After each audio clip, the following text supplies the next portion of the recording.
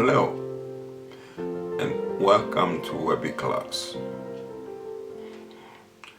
Today we are looking at again the verb and the subject. In the last lesson we looked at the fact that every sentence must have a verb and the verb will have a subject.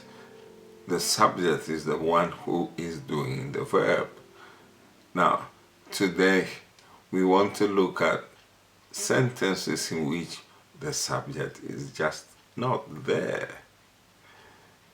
If we don't see the subject, what do we do? So, as our objective for today, by the end of this lesson, we should be able to find and input the subject of a verb even when we don't see the subject in the sentence, because we know that the subject is there even if we don't see it on paper. We're going to look at two groups of sentences. The first group is the command. The command, we call it also the imperative, but let's just stick with command. The second group of sentences we shall see will be sentences in the passive voice. So let's look at commands. First of all, when we hear jump, this is a command, but we don't see the subject. The verb is jump. We don't see the subject. So how do we know who is going to jump? There is something we call interlocutors. The interlocutors are those who are speaking and those who are listening. So once jump has been said, it's been said by somebody and to somebody. Whoever is listening to the message or the command jump is going to be the subject of jump, because that person is the one going to jump. Right? Now, so jump, if they are speaking to you, you are the subject. It's not there, but we know that you are the one because they are speaking to you. If another person looks at me and tells me jump, I know that I am the subject. Now, so this is a command. Another command, come over.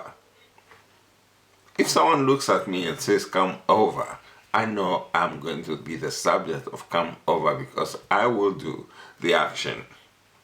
The second group that we'll see will be the passive voice. Now, somewhere in our lessons one day, we're going to look at the passive voice and the active voice. The passive voice is the sentence in which at times we don't see the subject. Now, look at this. The house was destroyed. The house was destroyed. We know the action is was destroyed. That is the verb. The house was destroyed. But who destroyed the house? We don't know. In the passive voice, normally that is what it is like. We don't know.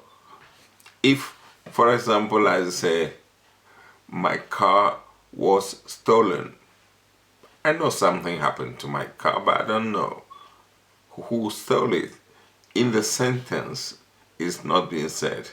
So, but fortunately, in the passive voice, we can put a subject there if we use what we call the by phrase. That is, if we add by, then we continue. Now, in the sentence, the house was destroyed, we can say the house was destroyed by the storm. In other words, the moment we say the house was destroyed by the storm, we have supplied, we've supplied subject or a doer, we know that the storm is what destroyed the house. Therefore, at this point, let us bear in mind that the subject does not need always to be at the beginning of the sentence. What matters is the way we understand the sentence. If we understand that the house was destroyed by the storm, means it's the storm that did the action of destroying, the fire. The storm is the subject of the house.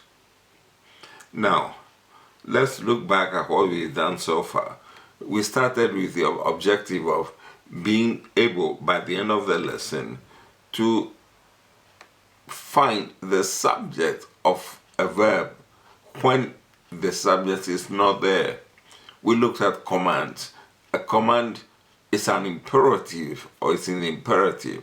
So if someone commands me, go out, if I know that the command is coming to me, then I am the subject, but it's not there. Then secondly, we've seen also the passive voice. The passive voice is without the by phrase. We don't know who did it. For example, the house was destroyed. Now, we need to find a by phrase to be able to put in who did the destroyed. So, the house was destroyed by the storm. We know that the storm is what destroyed the house. Though the storm comes at the end of the sentence, we understand that the storm is what did the action. So the storm is the doer of the verb, was destroyed. Don't forget, the verb is was destroyed. At times the verb can be only one word, like we saw in spoke in the first lesson, or it can be more than one word, was stole, was destroyed. At times the verb can even be more than one word. Okay, so that is it. Now, just hold on a little bit for your takeaway for today. Today's takeaway. How will you know the subject or doer of the verb when it is not written in the sentence? This is Roger Olympio, your WEBICLASS teacher.